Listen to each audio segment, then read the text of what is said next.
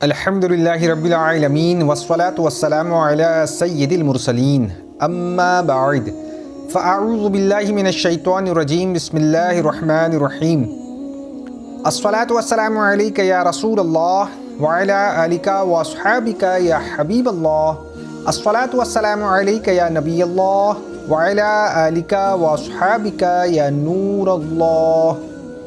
فرمان مصطفیٰ صلی اللہ تعالی علیہ وآلہ وسلم، جس نے کتاب میں مجھ پر درود پاک لکھا تو جب تک میرا نام اس میں رہے گا فرشتے اس کے لیے استغفار یعنی بخشش کی دعا کرتے رہیں گے۔ صلو علی الحبیب صلی اللہ تعالی علی محمد۔ اللہ عز و جل نے عرش کے نیچے ایک فرشتہ پیدا فرمایا ہے جس کا سر انسان جیسا ہے، اس کے 70,000 بازو ہیں اور ہر بازو پر فرشتوں کی ایک ایک جماعت موجود ہے۔ اس کے دائیں رخسار پر سورہ اخلاص اور بائیں پر اشہد ان لا الہ الا اللہ اور پیشانی پر سورہ فاتحہ لکھی ہوئی ہے۔ اس کے سامنے فرشتوں کی 70,000 صفیں موجود ہیں جو ہر وقت سورہ فاتحہ کا ورد کرتی رہتی ہیں، اور جب یہ ایاک نعبد و ایاک نستعین پڑھتے ہیں تو سجدے میں چلے جاتے ہیں۔ اللہ عز و جل ان سے فرماتا ہے، اے فرشتوں اپنے سر اٹھاؤ، میں تم سب سے خوش ہوں۔ فرشتے یہ سن کر اللہ عز و جل سے عرض کرتے ہیں کہ اے مولا کریم عز و جل، امت محمدی صلی اللہ تعالی علیہ وآلہ وسلم میں سے جو کوئی سورہ فاتحہ پڑھے تو اس سے بھی راضی رہنا۔ اللہ عز و جل فرماتا ہے، اے فرشتوں گواہ ہو جاؤ، میں ان سے بھی راضی رہوں گا۔ صلو علی الحبیب صلی اللہ تعالی علی محمد۔ سرکار مدینہ صلی اللہ تعالی علیہ وآلہ وسلم فرماتے ہیں، ہر چیز کے لیے دل ہے اور قرآن کا دل سورہ یاسین ہے۔ جس نے یاسین پڑھی اللہ عز و جل اس کے لیے 10 بار قرآن پڑھنے کا ثواب لکھے گا۔ تاجدار مدینہ صلی اللہ تعالی علیہ وآلہ وسلم نے ارشاد فرمایا، جو شخص اللہ عز و جل کی رضا کے لیے یاسین پڑھے گا اس کے سابقہ گناہوں کی مغفرت ہو جائے گی، لہٰذا اس کو اپنے مردوں کے پاس پڑھو۔ حضرت علامہ یافعی رحمۃ اللہ تعالی علیہ فرماتے ہیں کہ ملک یمن میں میں نے بعض صالحین سے سنا ہے کہ ایک میت کو جب دفن کر کے لوگ واپس آنے لگے تو قبر میں سے ایک گرجدار دھماکے کی آواز آئی اور اس قبر میں سے ایک کالا کتا نکل کر بھاگا۔ ایک نیک آدمی جو وہیں موجود تھے انہوں نے اس کتے سے کہا، تیرا ناس ہو، تو کون بلا ہے؟ وہ بولا، میں اس میت کا برا عمل ہوں۔ انہوں نے پوچھا، یہ جو آواز آئی تھی چوٹ تیرے لگی تھی یا میت کے؟ کہا، میرے ہی لگی تھی۔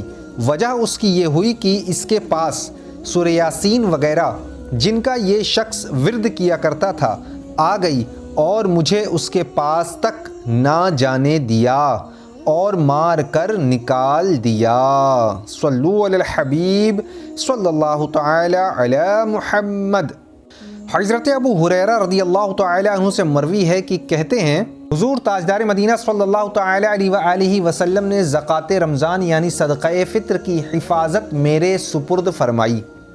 ایک آنے والا آیا اور غلہ بھرنے لگا، میں نے اسے پکڑ لیا اور کہا، تجھے حضور صلی اللہ تعالی علیہ وآلہ وسلم کی خدمت میں پیش کروں گا۔ کہنے لگا، میں محتاج و عیالدار ہوں، حاجت مند ہوں۔ میں نے اسے چھوڑ دیا۔ جب صبح ہوئی تو حضور صلی اللہ تعالی علیہ وآلہ وسلم نے فرمایا، تمہارا رات کا قیدی کیا ہوا؟ میں نے عرض کی، یا رسول اللہ صلی اللہ تعالی علیہ وآلہ وسلم، اس نے شدید حاجت اور عیال کی شکایت کی، مجھے رحم آیا تو اسے چھوڑ دیا۔ ارشاد فرمایا، اس نے تم سے جھوٹ بولا اور وہ پھر آئے گا۔ میں نے سمجھ لیا کہ وہ ضرور آئے گا کیونکہ حضور صلی اللہ تعالی علیہ وآلہ وسلم نے فرمایا ہے۔ اس کے انتظار میں تھا کہ وہ آیا اور غلہ بھرنے لگا۔ میں نے اسے پکڑ لیا اور کہا، تجھے رسول اللہ صلی اللہ تعالی علیہ وآلہ وسلم کے سامنے پیش کروں گا۔ اس نے کہا، مجھے چھوڑ دو، میں محتاج و عیالدار ہوں، اب نہیں آؤں گا۔ مجھے پھر رحم آ گیا اور اسے چھوڑ دیا۔ صبح ہوئی تو حضور صلی اللہ تعالی علیہ وآلہ وسلم نے فرمایا، اے ابو ہریرہ رضی اللہ تعالی عنہ، تمہارا قیدی کیا ہوا؟ میں نے عرض کی، اس نے حاجت شدیدہ اور عیالداری کی شکایت کی، مجھے پھر رحم آ گیا اور چھوڑ دیا۔ حضور صلی اللہ تعالی علیہ وسلم نے فرمایا اس نے تم سے جھوٹ بولا اور پھر آئے گا۔ میں اس کے انتظار میں تھا، وہ آیا اور پھر گلہ بھرنے لگا۔ میں نے اسے پکڑ لیا اور کہا تجھے سرکار صلی اللہ تعالی علیہ وسلم کے سامنے پیش کروں گا۔ 3 مرتبہ ہو چکا، تو ہر بار کہتا ہے نہیں آؤں گا اور پھر آ جاتا ہے۔ اس نے کہا مجھے چھوڑ دو، میں تم کو ایسے کلمات سکھاتا ہوں کہ اللہ تعالی عز و جل تمہیں اس سے نفع دے گا۔ جب تم بچھونے پر جاؤ تو آیت الکرسی اللہ لا الہ الا ہو الحی القیوم آخر تک پڑھ لیا کرو۔ صبح تک اللہ تعالی عز و جل کی طرف سے تم پر نگہبان ہوگا، یعنی ایک فرشتہ تمہاری نگہبانی کرے گا اور شیطان تمہارے قریب نہیں آئے گا۔ میں نے اسے چھوڑ دیا۔ جب صبح ہوئی سرکار صلی اللہ تعالی علیہ وآلہ وسلم نے فرمایا تمہارا قیدی کیا ہوا؟ میں نے عرض کی، اس نے کہا چند کلمات تمہیں سکھاتا ہوں اور اللہ تعالی عز و جل تمہیں اس سے نفع دے گا۔